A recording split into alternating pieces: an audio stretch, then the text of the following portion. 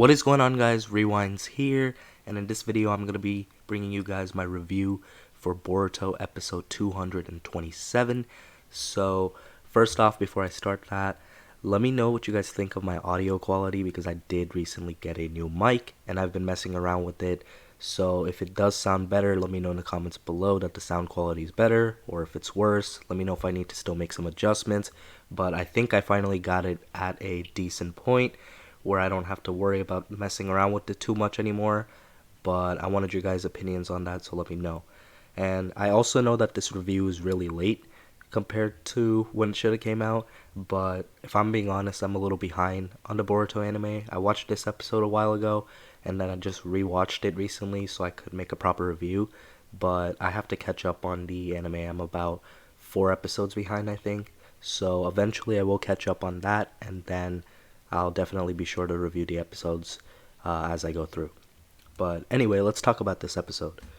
So, episode 227 is centered around Team 7, well, the new Team 7, and how this is going to be their last mission with Konohamaru, because now we have Captain Sarna taking over, so we're going to definitely be moving more in the direction of a 3-man team instead of a 4-man team, which I thought was a little weird, but I do think that they're probably going to throw Kawaki in at some point. That's my guess.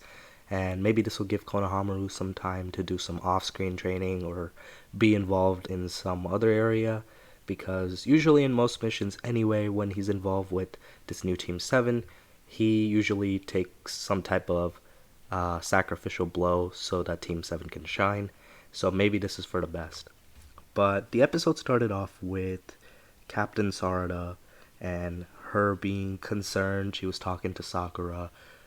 She was a little sad that Konohamaru won't be around anymore, and you could tell she seemed a little nervous about taking this new role. And throughout the episode she was being told that now they're going to have a 3-man team and that they're still going to see Konohamaru around. We just don't know how frequent it's going to be compared to what it normally is. So then they decide, Boruto and Mitsuki in particular, try telling her that they should go celebrate with Konohamaru instead of get all sad. So they decide to go do that, but then they realize that Konohamaru's actually not there. So as a result, they find out that Konohamaru is on a mission with Mirai, and he won't be back for a couple days, so that they're gonna have to wait. And then we cut over to a scene where Sasuke and Sarna talk, and I really like this scene because we get to see a nice little interaction of Sasuke reaffirming to her that Konohamaru was a good captain and that he's still going to be around, and that, sometimes a bond between a teacher and a student grows even stronger when they are separated like this. So that definitely helps Sarada out a little bit. Then what happened the following day is Mirai showed up to the village poisoned. She was being treated by Sakura, and she pulled through in time just to say that Konohamaru was captured. And I know a lot of people weren't happy about that. I know some people were cool with it because of how they explained it, but Konohamaru was captured, but he was captured on purpose. And Mirai, on the other hand, got poisoned on purpose so she could escape and go back to the village, because the people that attacked them wouldn't see her as a threat because she was poisoned. They thought she was done for.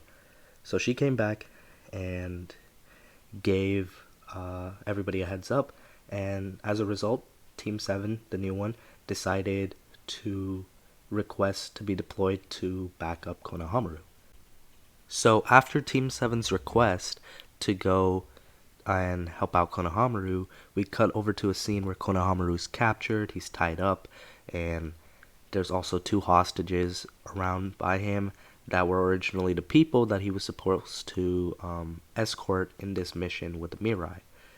But due to the fact that there's hostages, Konohamaru had to let himself get captured, because if he had fought back, they would have probably hurt the hostages. And on top of that, the village they are in right now turns out it has more hostages. So Konohamaru wanted to get captured and wait for the perfect opportunity to strike and save everybody. And the opportunity he was waiting for was for the village to get misty so he could move without being seen and do it, I guess, a little more subtly. So, something I want to talk about for sure is that there's this one line that they keep bringing up in any Konohamaru fight, and I feel like it's going to come back later down in this series. And it's the line about, is this the best a Leaf Jonin can do? You know, something along the lines of that is the line that's usually said. And it's one that's been said quite often, so I feel like this line is going to turn into some type of motivation down the road, whether it's before the time skip or after the time skip, we don't know, but I feel like the amount of times they've said this now has to eventually connect to something. That's my personal guess. Let me know if you guys agree, but that's what I think.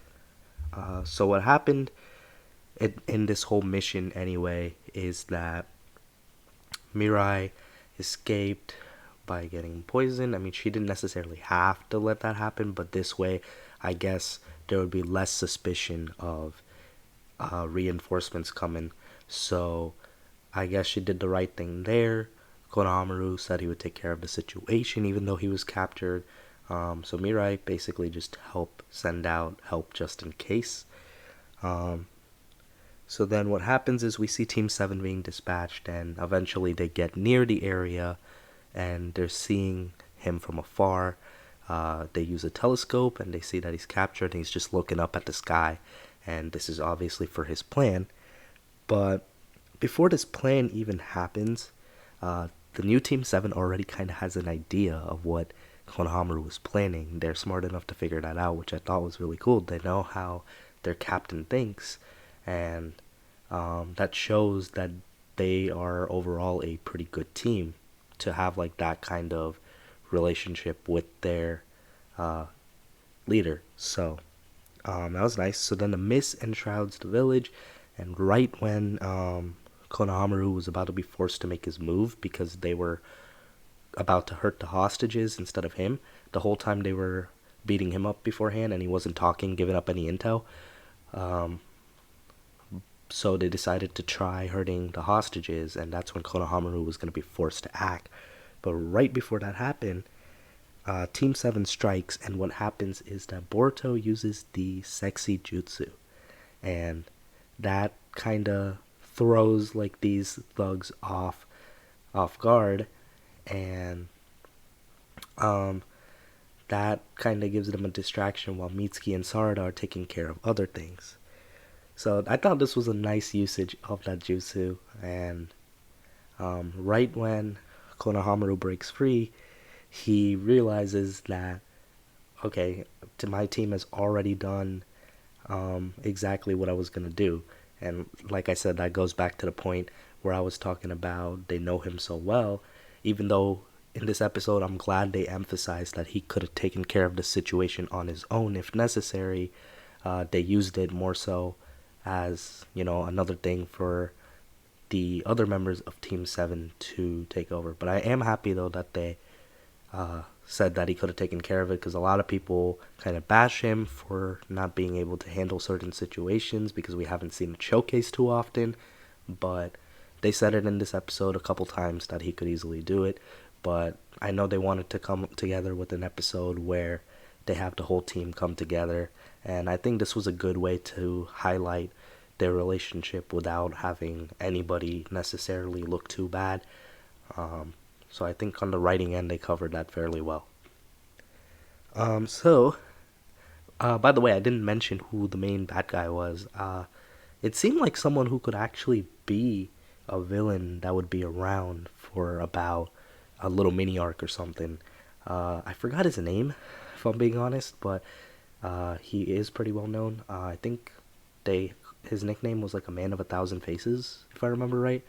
But he wasn't like your everyday villain. He isn't that skilled combat wise, but he definitely has a lot of influence behind the scenes. So what happens is that Team 7 starts just taking, him and his men out, and then they do a really cool team attack I called it, or I thought of it as a Wind style Rasengan stream.